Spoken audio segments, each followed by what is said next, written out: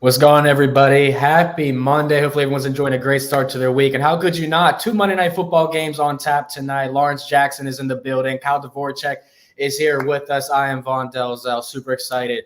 Bills, Titans, Eagles, Vikings. Kyle, how are we today, man? It's good. I'm still trying to figure out who this fourth string tight end is for the Bills, which is just like the dumbest thing to be spending my time doing. But if he goes out and catches a touchdown and I don't know about him, I'm going to be upset. It's primetime football. That's what happens. Lawrence, how we doing tonight, baby? Yeah, man. Like Kyle, I was setting up my little DFS lineup myself.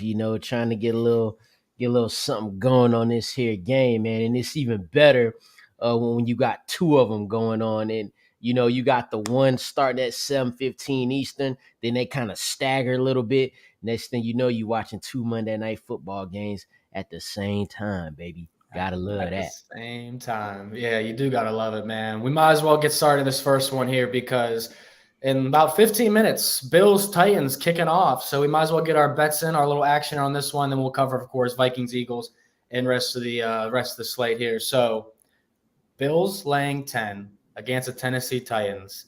Give me the first half -6 for the Bills. Give me the Bills -10 as well. Now, are either guys going to talk me off of that? Because I don't think you should be. I'm not gonna talk you off of it, but I will say this: we just saw the New York Jets, right? Yeah, you know where I'm going with this. On the road, albeit Jacoby Brissett, but he played well that game. Nick Chubb ran all over him. That didn't matter though. Joe Flacco, he dicing them up. Jets went in there and win against Cleveland. I'm looking for the Titans to do the same tonight. You've seen a backdoor cover among the Tennessee Titans. Definitely a heavy bet team tonight from the public. Everyone's seen the Mike Vrabel ATS stats of a dog of 4 or more. 13-3 ATS, 12 outright wins. Kyle, any opinion here? Are you on the Titans train as well, or are you riding the Bills with me? I feel like I'd be terrified to bet against the Bills, especially with like the Titans coming out and looking pretty sluggish on offense. And as it turns out, as we saw from another player who'll be playing tonight, AJ Brown, that guy made a difference for their offense. So like I like Treylon Burks, right? And I even think Kyle Phillips was a really diamond in the rough player for them.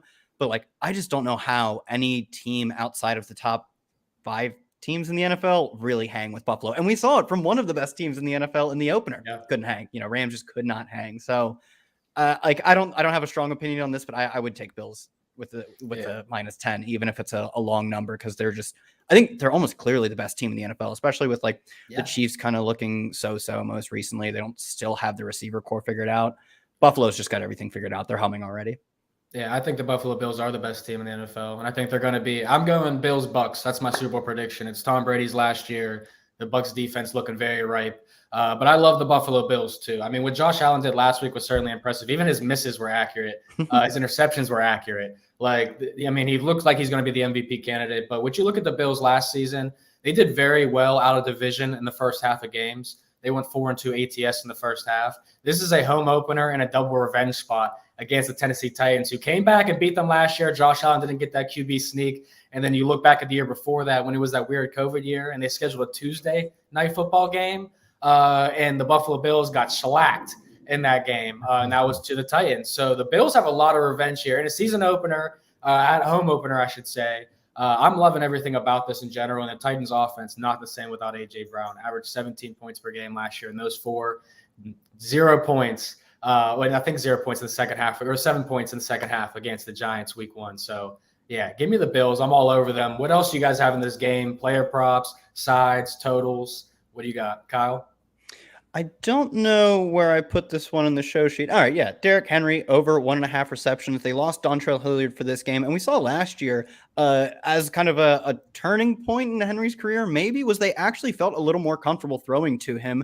He wasn't he wasn't Christian McCaffrey. He wasn't even Dalvin Cook, but he wasn't a zero. He wasn't like Rashad Penny, right? He wasn't that level of poor receiving usage. So without Dontrell Hilliard, who looked good last week, and they were willing to throw to him, I like Henry getting over 1.5 receptions. What do you think about that one, Lawrence? Yeah, that's solid. I'm in on Henry on this game, period. And since this game is gonna start first, right? The Bills and the Titans game is the first game, correct? Correct. Yeah. I'm gonna just jump along real quick and get to my bets in this particular game here. I'm gonna skip to my long shot bet right here. I got Derrick Henry at 150 rushing yards at plus 600 right there. Last year, of course, he went for 143 and 3 touchdowns against this team. Buffalo Bills returned back the number one pass defense. However, running defense, they were middle of the road. And tonight, they missed their two of their guys inside, Ed Oliver and Tim Settle. So they'll be a little softer up there, softer in the middle. So I expect the Titans to do what they do and get that running game going. I mean, he has a natural over-under of 84 and a half.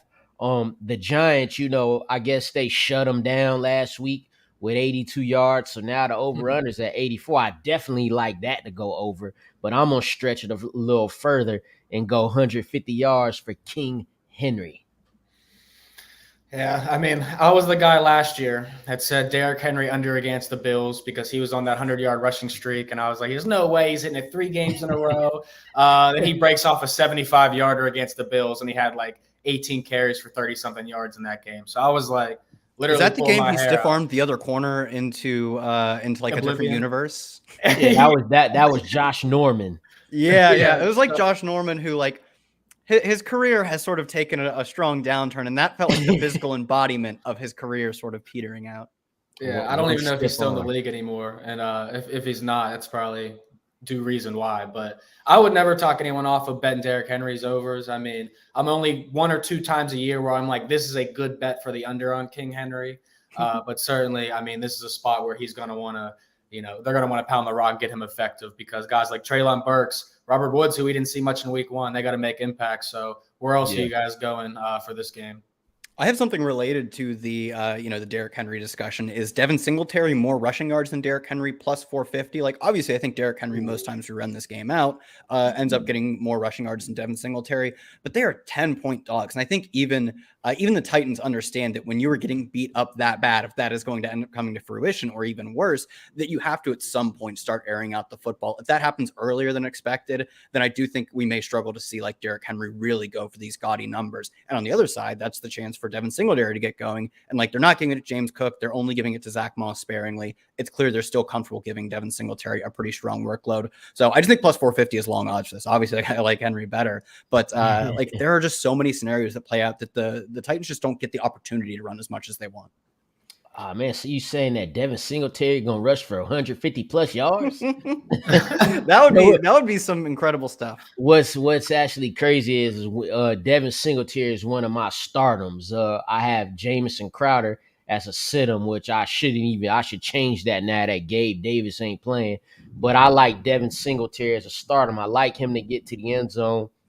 For the reason that you said, I do recognize the fact that the Titans defense looked soft last week against the New York Giants. So while Devin Singletary is not Saquon Barkley, you have to take that into consideration. After week 1, it is very known that Devin Singletary is the preferred running back out of the Bills' backfield right now, expecting to catch some passes as well. So I like him as a start in DFS tonight. I actually have him in my lineups.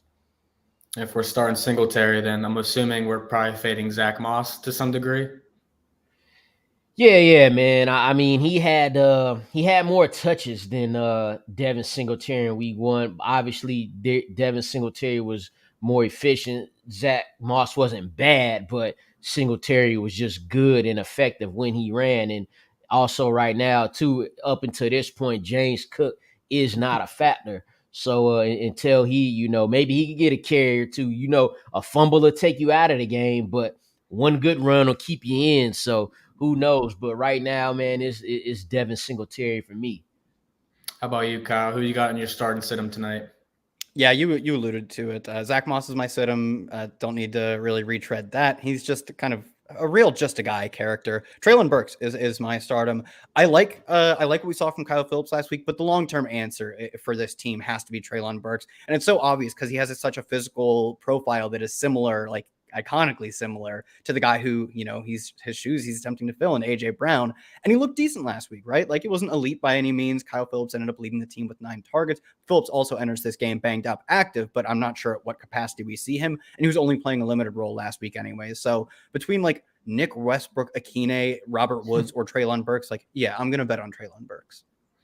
And Robert Woods, like, are we out on him? Is this the night that we have to see something from him? Because I feel like against the Bills secondary, there's not much happening at all for these Titans receivers. Am I right about that? I wouldn't say I'm out on Robert Woods, although it's gonna be tough. Either one of these guys, Robert Woods or Treylon Burks, is gonna be getting it going, just like you saw Cooper Kupp get it going, but then you saw Allen Robinson and everyone else doing virtually nothing in the passing game. So they'll give up something. If Robert Woods doesn't have if he doesn't show up today, I wouldn't count him out, just because the Bills have one of the best defenses, especially on the back end in the league. So, this will be a time, if you see Robert Woods, he go out there and get his 3 catches for 36, then it's like, whatever. But if he do better, then that's great too. You know what I'm saying? But I wouldn't write him off of this game, because this is not a team, they'll have to play. This ain't a team in the division. You know what I'm saying? Yeah, no, I got you there. And I want to ask you guys a little bit, because I see you have a couple props you guys want to talk about too. Josh Allen and Treylon Burks were the 2 that you guys both picked down for this game. So whoever wants to start, break down why you're feeling confident about some overs. Yeah. Did you have Allen or I know I had Burks. I wasn't sure if you meant you also had Burks, because I'm out. I got Josh Allen under 265.5 passing. Oh, I was hoping you were on Burks too, but your Robert Woods optimism really makes me disappointed about Treylon Burks. Just from what we saw, 3 for 36. Well, not that he's not dead yet, because I don't know, man. I saw him go out in the first week, and I believe he caught like 1 pass for 16 yards. He's a 30-year-old receiver coming off a torn ACL. To me, Robert Woods is kind of a thing of the past, and that's why I'm optimistic that in what projects to be, probably a blowout at the hands of the Bills, that the passing volume plus the concentration of targets on Treylon Burks, who got 3 for 55 last week. That's why I'm on his over, which I think was only 2.5, which I thought was pretty low. It's a little bit of juice, but for him to get that last week, and we expect his role to grow, and they're going to be probably blown out in this game. That's just what the line is. 10 points is a massive line for like competitive NFL teams. King Henry wins this team games. So puts the team. You're on the Titans, is what you're saying? He about to put the team on his back. That's why I got Josh Allen at under 265 and a half passing yards. Even if the Bills do win, like Kyle said, if it get ugly, they go back to running the ball. I actually expect Josh Allen to go over in his rushing prop with 40 and a half. I like him to do that. So it'll kind of like he gonna get his fantasy points. You know what I'm saying? But Gabe Davis is out. Gabe Davis, he's a guy who takes advantage of busted coverages like no other, and he's out tonight. So I like the under for Josh Allen passing 265 and a half. I see that on BetMGM in particular, everyone's hammering Josh Allen's overs tonight. 97% of the tickets were on Josh Allen's over passing yards. And over. Now I feel even better. Yeah, see, those are the exact sides you want to be on the opposite side of. Like when we were breaking down the Chiefs-Chargers game, and I was on Travis Kelce's under. Basically 95, 98% of the money was on the over in that game. You want to target the opposites of those plays. And Josh Allen could easily hit this, but he might not have to. That's without me even seeing it. It's just, a feeling how the game could possibly go. You know what I'm saying? Josh Allen could get all of his fantasy points and hit a whole bunch of other bets throwing under 265 passing yards, definitely. I could get down with that for sure. I'm a fade of the public, so I could take that one, and I'll feel confident about that. So let's get some questions now, because the game's about to start. Get you guys your last fantasy advice. Isaiah McKenzie or Jamison Crowder tonight, because there's no Gabe Davis. Yeah, quick one. Same guys. Isaiah McKenzie, though. Give me Isaiah McKenzie. Yeah, McKenzie got the clear run over Crowder last week. Crowder will get more work, but I think the primary beneficiary here would be Gabe or right. McKenzie. I was reading the next question already. How about this one? Is there how would you go about this? Like, are you targeting a couple players like the Stephon Diggs, Justin Jefferson's here now, or are you guys still trying to look for that lower level value? Okay, so we've already got Locke, so I hope you got a good lineup in. We're just out here having fun. I know I said McKenzie is a better play than Crowder in the median projection sense, but I think I played 0 McKenzie in DFS tonight, just assuming that I totally agree with the premise of this question. Everyone likely pivoting from Gabe to McKenzie.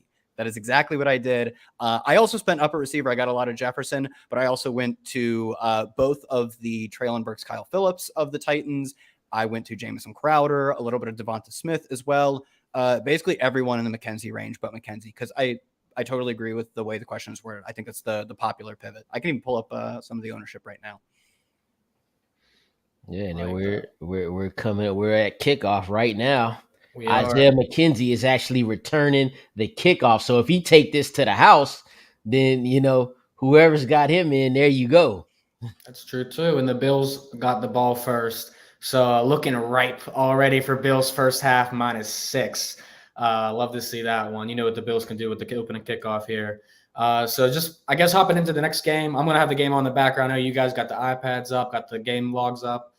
So we'll all be monitoring, giving out live bets, going over what's going on too. But Vikings, Eagles. This is a trap game if I've ever seen one. Damn right. As we know, the unders have been cashing left and right in prime time, 5-0 so far. We'll see what happens with this one. The line came down from 51.5 to 47.5 Bills Titans. We've seen 50.5 come down to 48.5 for Eagles Vikings now. Kirk Cousins in prime time, not profitable. Jalen Hurts in prime time, haven't seen enough yet. What are you guys feeling about Vikings Eagles in general? Lawrence, I'll let you start. Well, you say it's a trap game. Which way you mean? I had the same question. So I think it's a trap in general. Like, if you're betting this game, you're asking to lose money. But I think the total, everybody looks at the Eagles last week, put them 35. A.J. Brown, the rushing game looking well. Eagles can score points. Look at the new Vikings offense with the new coaches, Justin Jefferson being so well, Kirk Cousins upgraded. They could score points. It just seems like a game where everybody's going to be running to bet overs in general in this game on all the stars, the game total, and I just feel like it's not that type of game. Yeah, I mean, especially here early in the season, every Thursday night, Monday night game, these games have been going under. But this is how I'm feeling about it. That Vikings offense was talked about all offseason is like, hey, they're going to be pass happy. They're going to pass the ball. And for week 1, they did that. Justin Jefferson came out the gates running, picked up where he left off last season. The Vikings going to try to do that same thing. And I think the under could still hit Vikings +8. Damn. Teaser probably. I was going to say, I was like, where is this line? Like, there's some injury news I missed. I was nervous. I feel like the game can go with that same type of flow and still hit that under. Jump at the gun, but do you like? Yeah, no, I feel the same way. I feel like this game, you could see fireworks early, and then the second half, this game slowed down a lot. And we've been seeing that from a lot of these primetime games, low-scoring second halves. But one thing about the Eagles, I mean, I really like the Eagles' defense. I know it didn't look very good against the Lions. The Lions are a team that just like, I don't know if they're going to be able to outscore people, but they're going to be able to score on people, if you get what I'm saying. Yes, that's how the Lions are to me. But I don't have much confidence in the Vikings. I'd rather play the Eagles spread. I know a lot of the sharps that I've spoken to are on the Eagles tonight, and that's where a lot of the pro money is on. But when it comes to the money line betting tonight, a lot of the sports books are taking 70, 80% of the money line money on the Vikings, getting +120, +130. And that's understandable. But like I said, most of the people betting big money on the spread, they're taking the Eagles tonight. I got Jalen Hurts over 234.5 passing yards. I feel like if they're gonna, keep up, unless they get out to a lead and are dominating with the run, if they're in a position where they're having to keep up with the Vikings offense, then I like that over for Jalen Hurts there, mainly because I feel like Devontae Smith will be more involved this game as a compliment to A.J. Brown than he was in the last game. So that being said, in Devontae Smith's, I got his over at 42.5.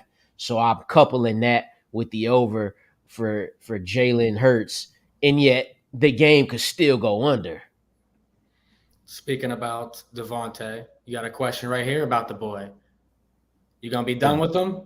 If Devontae don't eat in it now, if it's a shootout and that was my thing. It's the context of the game that matters. Yeah. If you know Kirk goes out and gets primetime Kirk and gets picked off 3 times, they score 7 points, and then the Eagles pass 22 times, then no, you have to wait for the next time we see them pass the ball. But if we see it kind of like last time, where it is just the A.J. Brown show and there's a chasm between him and everyone else on that team, yeah, then you're like, I probably can't play him next week. You're not cutting him, but like you're just holding him to be a bye week filler. Sorry, Lawrence. I was like, I could tell we were in the exact same way. 100% agree. If Jalen Hurts tossing it 38 times this game, Devontae, he got to get something out of that. Mm-hmm. Devin Singletary, big run just now. Looking good. Devin Singletary looking good, bouncing around already. Definitely like what I'm seeing from the Bills in the first minute and a half. They're just a tough team to stop offensively. I mean, I don't know how you do it. I don't know how you stop the Bills. But Chief said it is a teaser. Let us know who the other leg is in the teaser, because we gotta know. We can't just know you got Vikings +8. We gotta know how the whole thing about it is. But I actually really like this teaser. I'm about to publish my article tonight on the Thursday night game. Of course, we're going to be back here for the Thursday night game. I'll be wearing my Steelers jersey, being a Steelers fan. Oh, you should be very happy. Oh, let's go. You're a show early, but I do love the shirt. Let's go. I should get my towel over there. But yeah, that game, teaser potential, baby. Like Steelers +11, under 44.5. Sign me up. Like, I absolutely love that. And teasers are the way to go. I went 2-0 my teasers this weekend, and I was trying to find one for tonight. But honestly, I didn't feel very comfortable with the Eagles-Vikings game whatsoever teasing that. How would you guys go about? Do you guys do teasers? Or like, would you go about teasing at all in one of these games? I don't do teasers much. I'm like one of them hopeful parlay guys. I just be shooting my shot from half court with parlays. Yeah, I'm with you, Vaughn. I actually think teasers make a lot of sense for like the average bettor, because I think you can gain. I don't know if you can gain edge past the hold, but you can. I think you can like mathematically cut down your hold a decent bit if you're teasing teams through key numbers, which I think books are mostly just willing to let you have that little bit of hold back, because they're not like the casual bettor just isn't making sharp teasers nearly as often as they should be. Yeah, and I think that's a thing too. You can look up matchups like, if you're scared to back last week, if you were scared to back the Jaguars +3. And you're like, I feel much better if the Jags were +9 or +10. Throw them in your teaser. And I had them +10, and I had the Bucs Saints under 51. It was 3-0 at halftime of that, and the Jags were up like 17-0 at half. And I'm like, this is the greatest teaser alive. But that's the way to go about it sometimes. But if you're teasing favorites back past the number to try and get them plus money, that's how you lose teasers, to be honest. You should be teasing underdogs up, like getting the Jets +13, for example, rather than +6. So that's really the way to go about it. Don't take the favorites, because if you took Bengals from 7 down to the money line, guess what? Yeah, you lost. Right. You could have Cowboys +14 and never sweated a second in that game. So them Bengals, man, they off to a rough start there. Yeah, Josh Allen running for the first down. It looks like this is why I liked his over in rushing. So that he's already got a 9-10 yard run. That was at 40. How do y'all think Miles Sanders will do tonight? Miles Sanders, well, he was very efficient in week 1 against the Lions. 13 carries, 96 yards, and got that so elusive touchdown finally that he did not get last season. He's going to get the thing about Miles Sanders, he's going to get that same amount of work. He's going to get those same amount of carries because they're going to work in Kenneth Gainwell. They're going to work in Boston Scott. All 3 guys scored a touchdown. And mind you, you still got a running quarterback, a quarterback who can run to deal with there, and Jalen Hurts. So, temper the expectations of last week, because 13 carries for 96 yards is extremely efficient. You know what I'm saying? But he's a guy who's in that 12 to 15 touch range. that you should feel decent about. I mean, obviously he'll be behind Dalvin Cook as, the next best running back in that game. Let me ask you, Kyle, under 55 rushing yards, if you feel the same way, do you think that's a good bet on Miles Sanders tonight?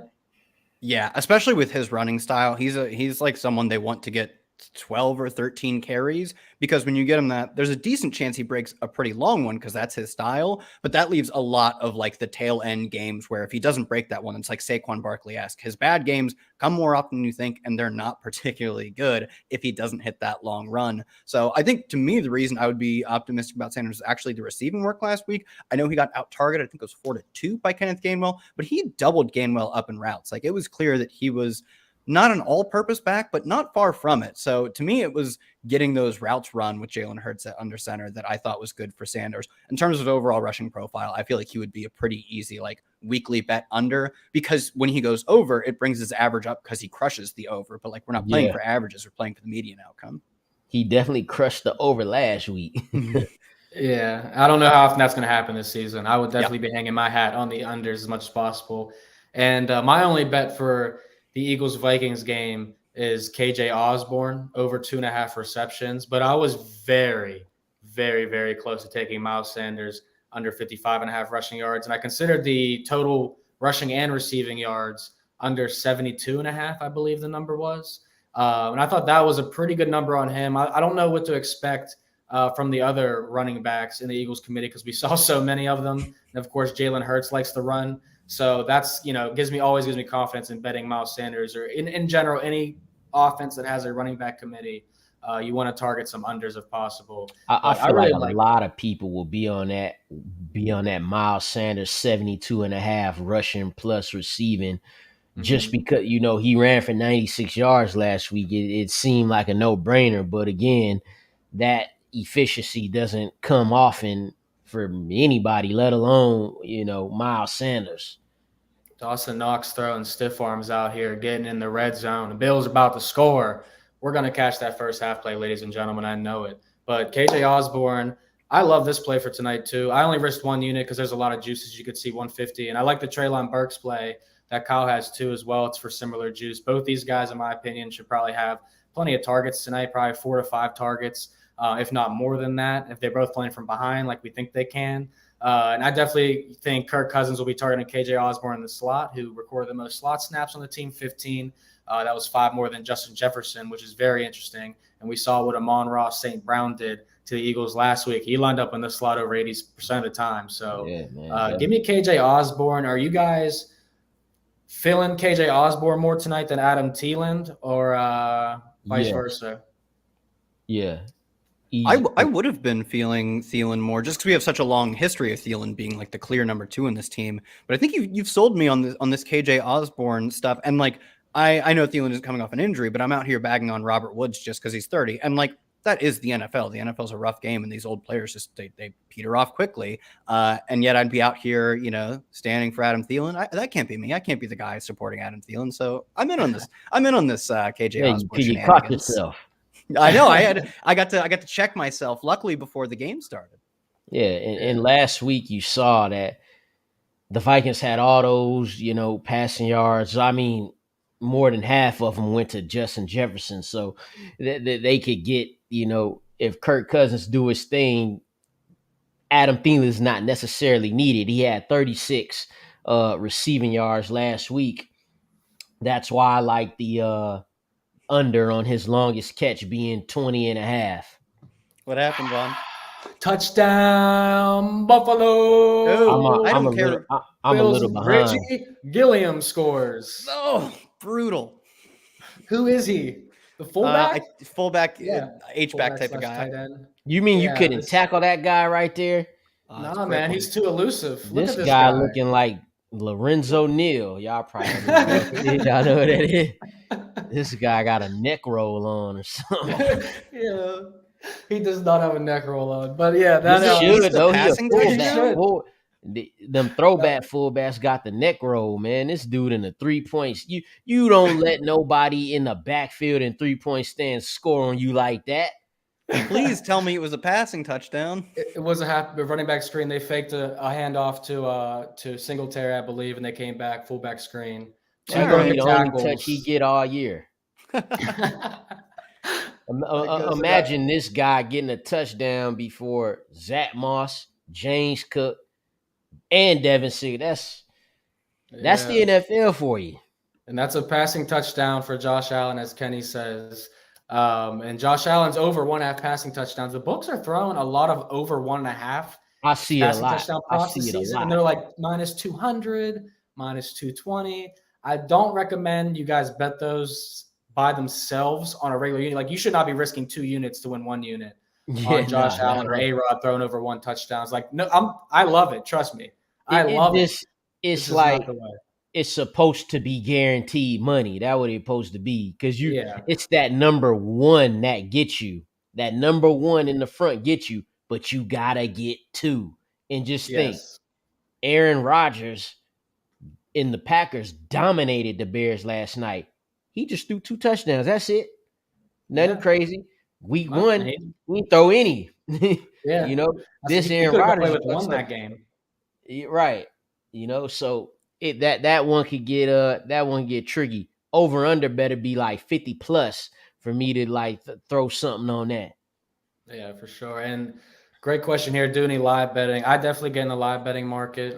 If Tennessee would have got the ball first and they would have went down and scored, got a field goal or a touchdown, then I would have absolutely been looking at how to attack Buffalo here live in this position. Right now, it's basically Tennessee or nothing. If you're going to be live betting them, whether it's the first half, full game, you're probably getting them probably 15.5 to 16 on the line right now.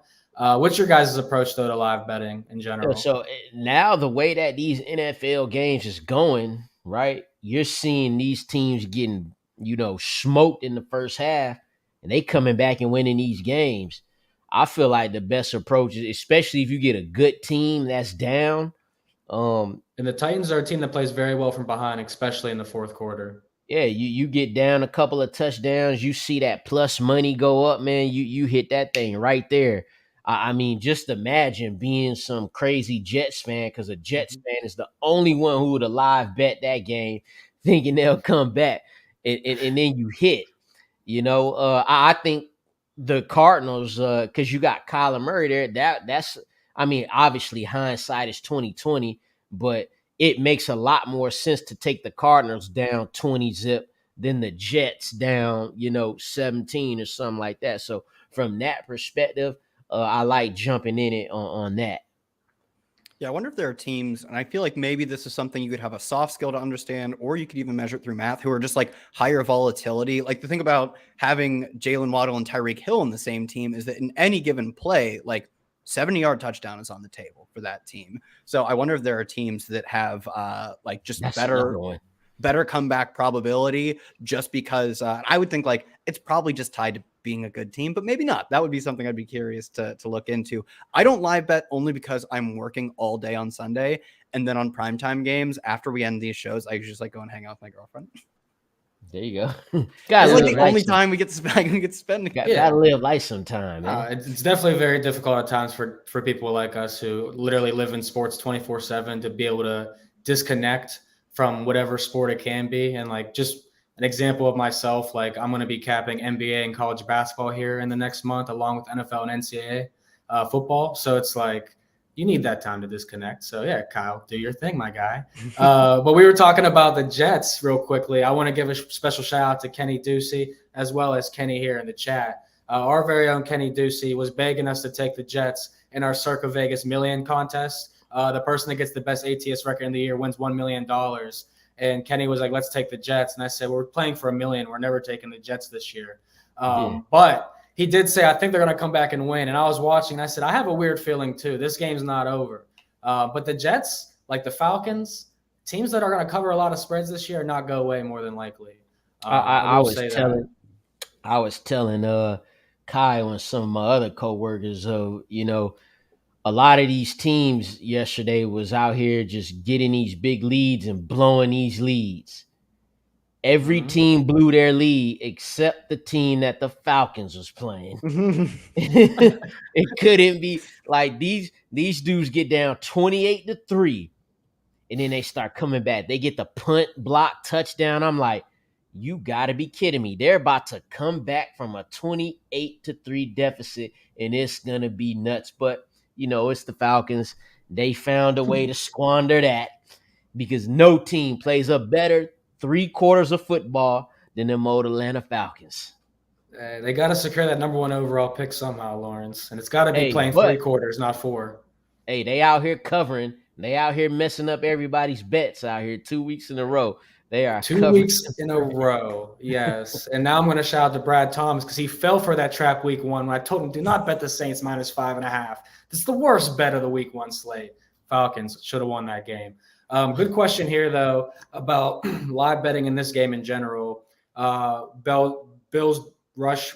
The Bills get out to a lead. You definitely want to target some rushing props here. I'm actually looking at Josh Allen's passing prop. If you still like Lawrence's take on the under 265 and you want to fade the public, his line's at 258.5 right now after getting 47 yards on 8 pass attempts on the first drive. Not sure Josh Allen's going to be passing 8 times in a drive much more often or in the second half of this game. So I would look at that and the under 2.5 passing touchdowns because now that line's come up because he threw that screen touchdown. So now you could fade go under 3 passing touchdowns and you're getting -120, which is very good odds on that. So that's kind of my take on it. Yeah, we got to see how these Titans do on this first drive. A lot, like how long it is and how many points, if they get points on the drive. All of that stuff affects these live bets here. Yeah, I am not watching the game, but I have my the game feed pulled up. I have Treylon Burks already getting 1 catch. Yep. Got his first catch, and the last time I just checked as well on DK, they only bumped his over-under up to 3.5, -140 juice, but it's basically the same bet we were making, just with 1 catch already tacked on, and the line moves up 1. And if he can go out and immediately be involved in the offense, like I'd feel really bullish. Not on like, I don't know if you can find like alt lines on, you probably can't find alt lines on like receptions, but like at this point, I'd probably project him for something like 4-point-something catches in the rest of this game, including the 1. Yeah, sadly, you can't. Once the game starts, you can't move the lines up anymore to the ladder plays as we love to get involved on. But yeah, I still like that line too. I mean, those are decent odds right there. It's pretty fun to always watch the market move while the games are going on. And below, you guys see a good example of the teasers we were talking about later, where you can get the teams. This guy got the Bucks 10, Lions 13, Falcons +23, which you actually sweat that for a half for sure. So those are examples of how you get the teasers going in this game. So in the next game in general, let's talk about some stardom sit-ems for Eagles Vikings. Talk about some touchdown score bets, wherever you guys want to go with the market. I'm only betting Osborne. I may live bet this game. If the Vikings get up to a lead, I'll absolutely take the home dog and the Eagles if I can get some points there. But that's kind of my approach to this game. Yeah, 100%. That would be a good bet to take. As far as a stardom for me, obviously, I'm not going to go with the obvious. Give me Devontae Smith here. Like I say, I feel like he's got to be a bigger part of the game plan this week if they're going to go out, compete with this passing attack of the Vikings, if they're going to be able to beat this team who everybody thinks is going to win the Super Bowl, the Vikings. Devontae Smith, he's got to get involved there. That's why I also like his over a 42.5. He could get it in one play. Or he cannot get it. Like last week, I'm banking on the former. Let me ask you guys this, because this is a guy that I found very interesting, and he kind of goes in line with Devontae Smith because they split some usage. Quez Watkins, what's this about in fantasy, in betting? I see his line at over 1.5 receptions and 19.5 yards, and I'm like, I kind of want to take the under. Is that crazy? It ain't crazy, but I actually just said Devontae Smith could get that 42 yards in one play. Quez Watkins really could get that 42 yards in one play. Like, I'm talking about scream to the house. I think he had the longest catch in the NFL last year, and it somehow wasn't a touchdown either. He got taken down at the 1, but I'm pretty sure his like 80 or 90 something yard catch was the longest one in the NFL last year. And he was still the number 3 receiver last week. Zach Pascal got like 9 routes run while Quez was well over 20. Like, he's not every down wide receiver 3, Yeah. but he is still clearly a majority 3. He's actually someone who I played a little bit in DFS tonight, trying to get these, like, not quite Reggie Gilliam level bad plays, but I mean, not like, as good as Reggie Gilliam. Yeah, not as good. Incorrect. Not as good plays. I apologize for great. Yeah. Burks 2 catches now. Let's go. He's so good. I would say this. In a game like this, I wouldn't go under Quez Watkins 1.5. He could get some, like, because he might get one screen just off the humbug. You know what I'm saying? So if he get the one screen in the second quarter, you sweating that out. Because all it is just, one more catch. That's all it takes. Ryan Tannehill almost picked off in the end zone, ball tipped. The Titans are moving down the field. I don't want to say easily, but they're making it look pretty easy. I'm definitely one play behind the almost interception right there, because I just saw the Austin Hooper completion. So that means it's still time. It's still a chance for that King Henry. He might be finding the end zone, baby. Definitely like him to do that. Well, let's talk about a sit-em then. Lawrence, hit him with your sit-em, and Kyle, hop in. Who you got for the Eagles-Vikings game? I'm going to sit Adam Thielen. Like I said before, the passing game got off in week 1 for the Vikings, and they didn't need Adam Thielen to do it. A lot of talk about KJ Osborne. At this point, I like his upside a little more. You got Irv Smith in there that can sneak in too. So I'm going to hell, you got Dalvin Cook, So if I'm going to have to sit somebody, I'm sitting Adam Thielen. He can have his 36 yards. You watch him get 2 touchdowns for 36 yards. Hey, I'm not gonna lie. One of the long shots that I really liked in the Vikings-Eagles game, if you guys are into lunch money, both KJ Osborne and Adam Thielen, I feel like you could throw some lunch money on these guys to get 60-plus yards. Thielen, though, his odds kind of suck for this, not gonna lie, like 126. I feel like he should be far apart. Yeah, he should be way higher in terms of 60-plus yards, in my opinion. But KJ Osborne, like his odds for that. So Kyle, what do you got? Start him, sit him. Tennessee Titans. Sorry if I'm spoiling this for you, Lawrence, but it's a 4th and 1 right now. Looks like they're gonna go for it in the red zone. And that's better than the 3rd and 14 I'm looking at, because they look dead to rights right now. I hate when these pro teams run a toss sweep to the short side of the field. I feel like it don't ever work. With a 250-pound running back. Exactly, Super ideal. Great play. I don't have a problem with the sweep. You just have to block it up correctly. You got it, and they did not do that. What happened? Me, I am the farthest thing from a running back sweep person. I would have won a state championship in high school, but our coach on 4th and 4 on the goal line called a running back sweep to our third running back. We had 2 1,000-yard rushers. He gave it to the third guy who didn't have 1,000 yards. So every time I see a running back sweep, it's like that memory comes back, and I'm like, why would you run that play? He was trying to catch him off guard. Seems like something a NFL coach would do, like Arthur Smith, just fading Kyle Pitts like how he does. I mean, Nathaniel Hackett, he literally did some like option shenanigans BS with their fullback like Andrew Beck on, I think it was 3rd and 1. It's like, oh man, I think we talked about them last time we were on here, just as a little look ahead. But they had the talent, man. They just do not have it together in like the collective head of the team. He off to a hot start, ain't he? Old Nathaniel Hackett. He won a game and feel like they lost. Oh yeah, that's a lot. Like that is, you can't find a worse win. There's an interview going around on Twitter where a reporter asked him, like, are you an NFL head coach, or you just sneak in here? And he's like, oh yeah, I snuck in here. It is like that's how he started. It is like I respect it. At least he's honest with himself. Yeah. I'm gonna be this is a 1-year deal for me, more than likely. Did you guys see that the crowd in that game, in the Broncos game, was counting down the play clock? And then like I think it was like Javonte or someone. Was he was like, keep on doing it. Because right now I assume this won't change on the Monday night games. They lead the NFL in, but I think in both false starts and delay of games. No, it's terrible. I think they're the most penalized team. When They're I the was most looking, it penalized seems like team by a wide margin. Yeah, Yeah, I it looked this up seems earlier like it. today. Yeah, You it's got Russ bad. out And here. and I was watching, I think it was the Niners game yesterday when I realized that I knew there's a cutoff time whenever they get the play calls in when you can, after like 15 seconds or something. Yeah, But I 15 seconds left realized, on the clock, or maybe it's with 15 yeah, seconds. Coaching talk into the ear gets cut out. and then I realized like Russell Wilson really had to be going through it because he wasn't getting his till very late. And it's like the chances of play calls being cut off mid-sentence, like for some of these situations being so loud, like I, I feel for some of these guys. But the Broncos, like they're going to be a fun team to fade all year, to make fun of all year if this is the case. It's I going to be don't bad. want to fade them though because they have talent, but like They do. Jesus, are they bungling it through 2 weeks? Especially on, Let me. really both sides of the ball. Did you guys hear the chants from the Steelers crowd in the home opener at Acrisure, aka Heinz Field, where they're chanting "We want Kenny"?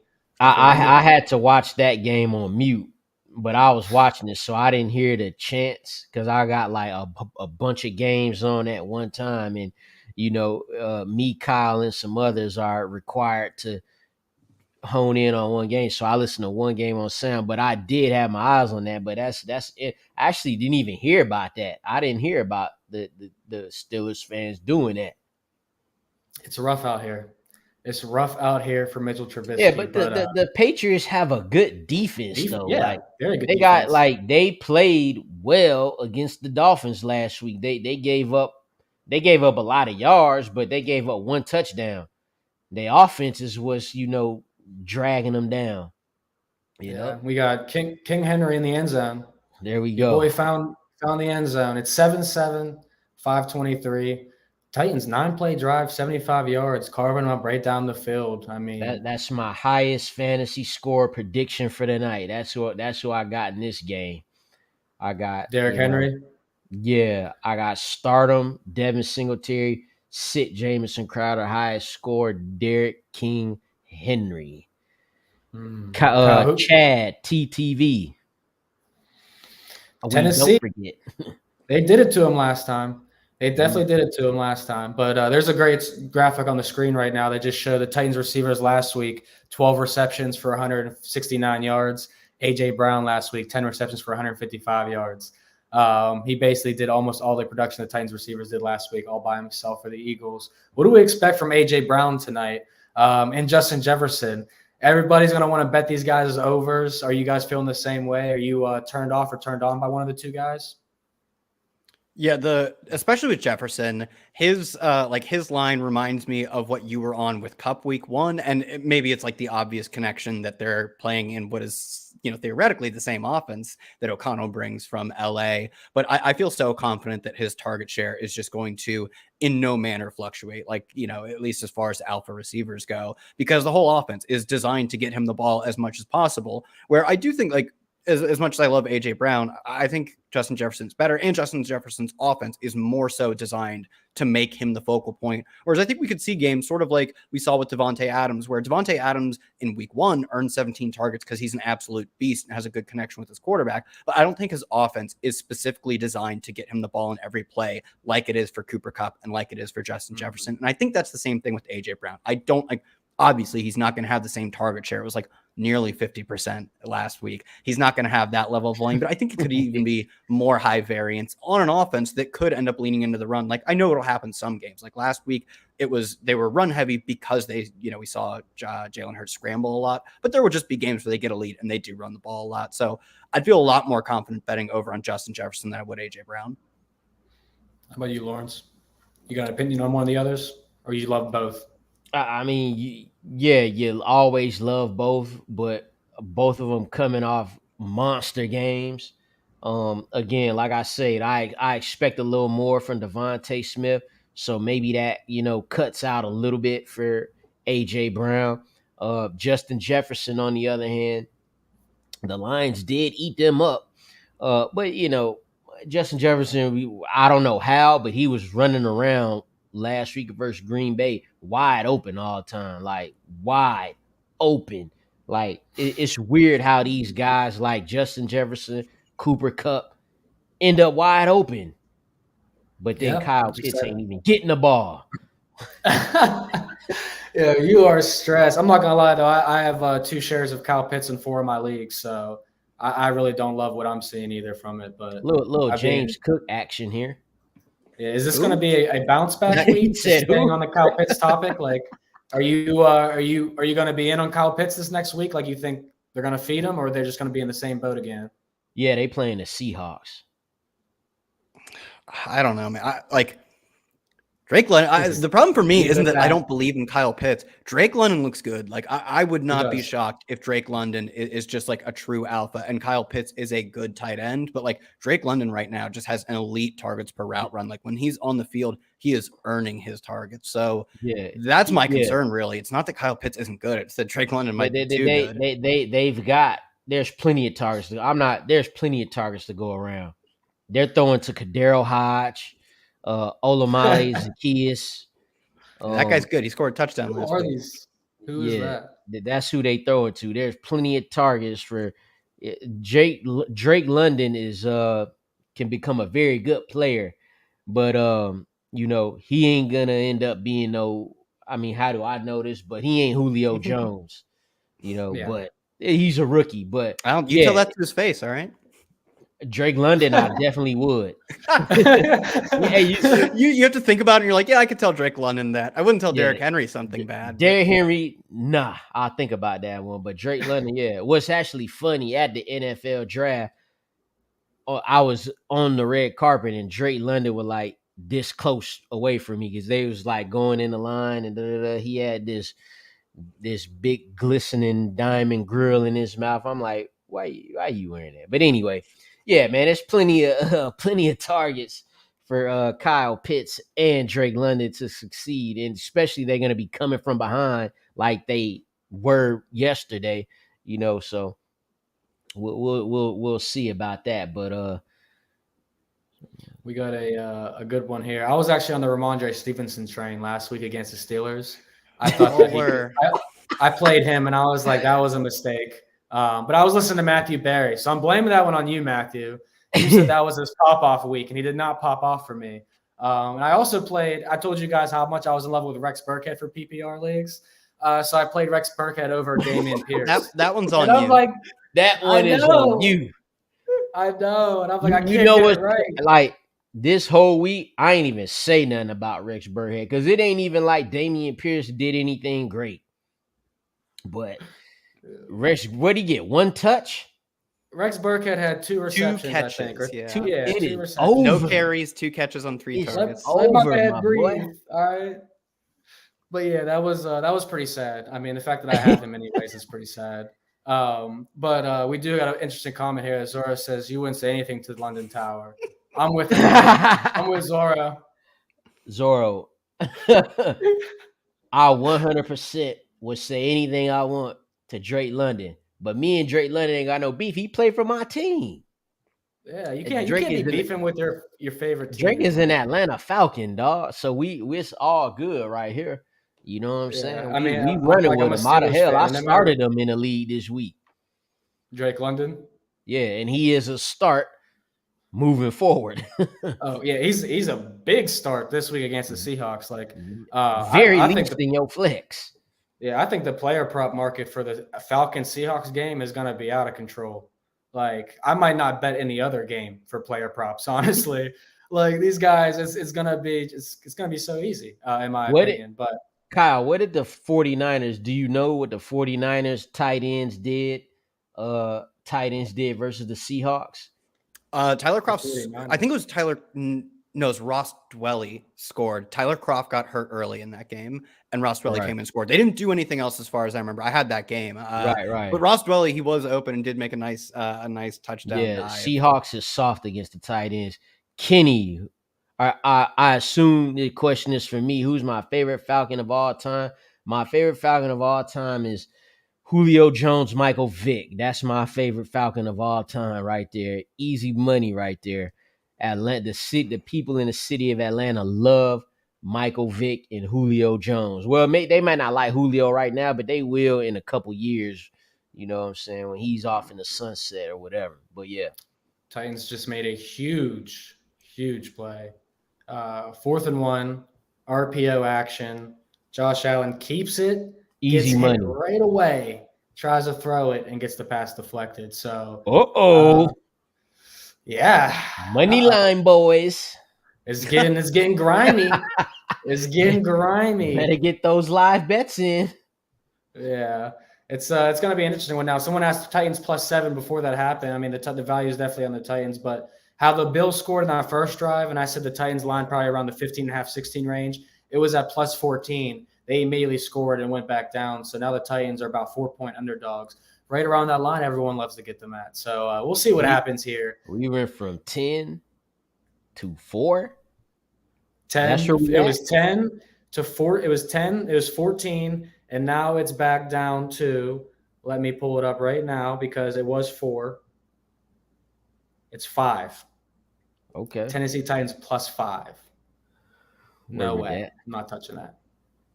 But if they score on this drive, hello, Buffalo Bills value. If you think the Bills are going to win this game at all, now you got all the value on them. So Hell, I'm taking the Bills. Yeah. Brian Robinson, trade him, keep him. What are you guys doing with him? Because he will be coming back and he should be playing a little bit. Yeah, they say he could jump right back from, what is he like technically on the NFI list, I assume. It's all the same, basically. And he'd be eligible to come back week 5. And they seem optimistic that he can. And he's been moving at practice, too. Yeah, I mean, I don't know if I'd be trading for him because I get like the Commanders have looked decent in the past 2 weeks, but I just don't buy the long-term Carson Wentz experiment. So I'm not dying to get this 2-down back on that team. But if you can get it for cheap, especially if the team that's holding him needs some sort of like win now type of points, they start off 0-2, I wouldn't mind because I think he is their long-term answer. But for this season, like I just don't. I mean, I don't know. Maybe Wentz will prove me wrong, right? Because he looked again. Terrible in the first half last week, and then he cooks in the second half. I mean, he waits till they getting smoked all the time. But hey, you know, we were literally arguing about Carson Wentz and whether or not he's a good quarterback on Sunday in our NBC group text for like our Vegas contest because Brad and Kenny pushed Carson Wentz and the Commanders on us, and I was like, let's take the Jags. They're like, no, the Commanders are a better play. So you can imagine how I feel. I absolutely hate Carson Wentz and betting on Carson Wentz. I'll say that to his face. I mean, right now, listen, a lot of people look at the box score of the Colts and be like, oh, Matt Ryan, he done. I watched the whole game. Matt Ryan, it ain't good. That doesn't sound that far from done. It's good, but he got a lot of pressure. I mean, they didn't even get the running game going with Jonathan Taylor. But Matt Ryan, somebody tweeted today that, you know, because Matt Ryan officially has 4 interceptions. One of them was tipped, whatever. Other one, he was just trying to make something happen late. But he has 4 interceptions. Carson Wentz didn't throw his 4th pick until week 12 last year. I can't remember who tweeted that, but I saw it. And I'm like, damn, this ain't looking good. I was like, oh, damn, I should have tweeted that. That's a great tweet. Carson Wentz, man, like, he didn't have to do much last year, though. Like, he literally was asked to hand the ball off. And when he was asked to do much, he lost to the Jags. Yeah, and like, he was taking safeties and throwing interceptions, like, in the end of the season. And, like, I don't know, the beginning of this year, like, he looked phenomenal in that second half of that game this week. But we don't see that until they're down by 20, and that's when they're not playing as much defense. Once the Lions secondary showed him prevent defense, he looked good. Who could have guessed? Yeah, I know we close to time right here. Zorro want to know AJ Brown or Miles Sanders. I think we'll all go AJ Brown right here. Better believe it. Yeah, I don't even think that's the question. That's an easy one for sure. I wouldn't even do that in standard. Like, I'd still be going AJ Brown. Yeah, all day.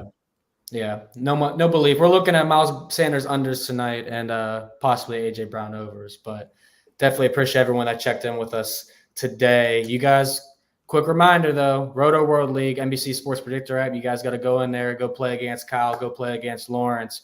Roto 22, ROTO 22 when you guys enter that league. So Kyle, Lawrence, give your shout outs and run through any of your plays. Derrick Henry, he playing right now. That's who I expect to have a big game here going forward tonight. Other than that, check out my stock up, stock down on NBC Sports Edge, and also my flex plays weekly on Wednesdays. Keep live betting Traylon Burks. Be reasonable with it. I haven't checked because I'm doing the show, but he'll be an alpha in no time. Follow me on Twitter. That's where I'll tweet out all my stuff tomorrow. I'll have the 32 stats for 32 teams that'll come out around noon. Yeah, definitely follow these guys on Twitter. I love Kyle's content when his written articles always in depth. I love the breakdowns, and then you also you did a video with Denny and all them too, right? You guys do another YouTube Q&A. Why don't you plug that as well? Yeah, well, we have the you're probably just thinking of the Roto show. Yeah, just the Thursday football preview. We go through game by game for everything. That'll come out Thursday. Me and Pat did a Q&A on Fridays, and it'll be a DFS focused Q&A. Again, running it back this week, Friday at 1. When you go on air with Pat Carrain, tell him to fix his light situation so it doesn't look as white as my shirt. All right. A little piece of friendly advice. No, I'm kidding. I love you. I love everyone, though. Kyle tweets here. Kyle Dvorchak on Twitter. Lawrence Jackson at Lord Don't Lose. I am Vaughn Dalzell via Money Sports. Best of luck with your guys' bets tonight, your fantasy lineups. And the Bills just got us sacked. So let's go, Bills Mafia. We'll see you guys at the cashier window. We'll see you Thursday night. Steelers versus Browns. Go bet the under right now. See you guys next time.